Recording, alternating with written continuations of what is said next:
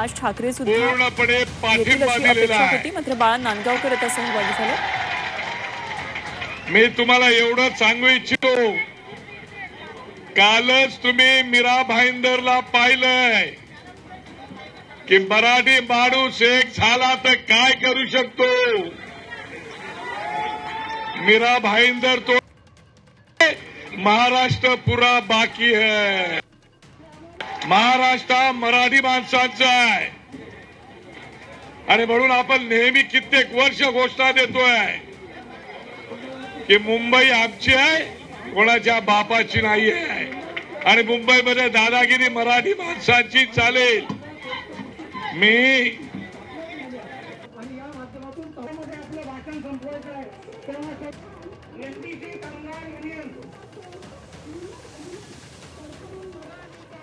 नांदगावकर सध्या लढा दुर्दैवाने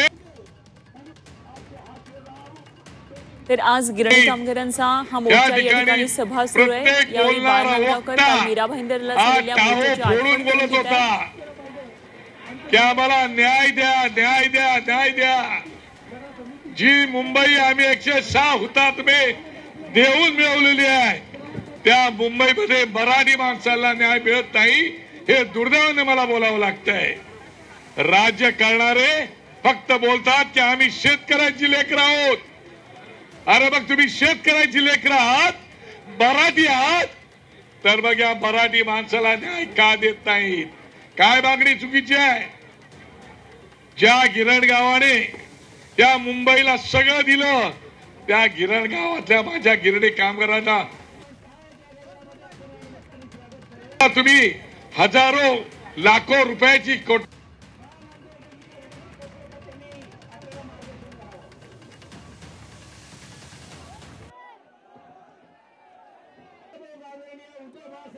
तर मनसेचे नेते बाळा नांदगावकर सध्या बोलतायत आणि गिरणगावला मुंबईला गिरणगावनं सगळं काही दिलं आणि त्या गिरणी कामगारांच्या पाठीशी आता उभं राहण्याची वेळ असल्याचं बाळा नांदगावकर म्हणतात।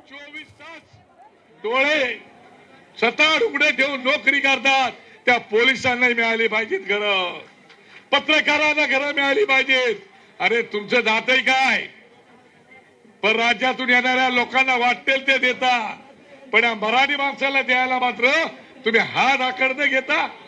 या भारत देशामध्ये अख्ख्या भारतातून आलेल्या लोकांना तुम्ही मोफत घरं दिलीत, आम्ही त्याच्याविषयी तक्रार केली नाही।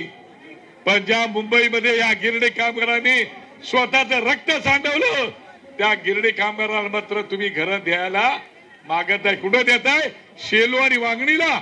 तर तुम्हाला मुंबईच्या बाहेर हा गिरणी कामगार करायचा आहे, असा गिरणी कामगार जाणार नाही। हा गिरणी कामगार मराठा आहे, लढवय्या आहे, मरेल मोडेल पण वाकणार नाही।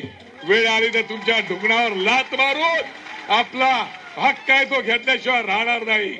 आणि म्हणून माझी मागणी आहे की कुठल्या परिस्थितीमध्ये मागच्या सरकारमध्ये आत्ताचे मुख्यमंत्री त्यावेळेला ते गृहनिर्माण मंत्री होते, त्या काळचे मुख्यमंत्री आता ह्या राज्याचे गृहनिर्माण मंत्री आहेत।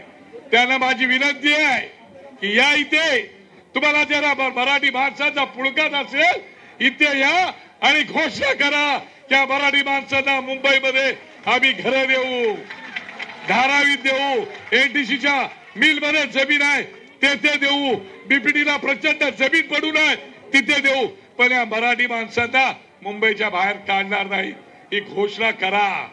ही आमची अपेक्षा आहे। आता आमचं शिष्टमंडळ येईल, ते मागणी करतील।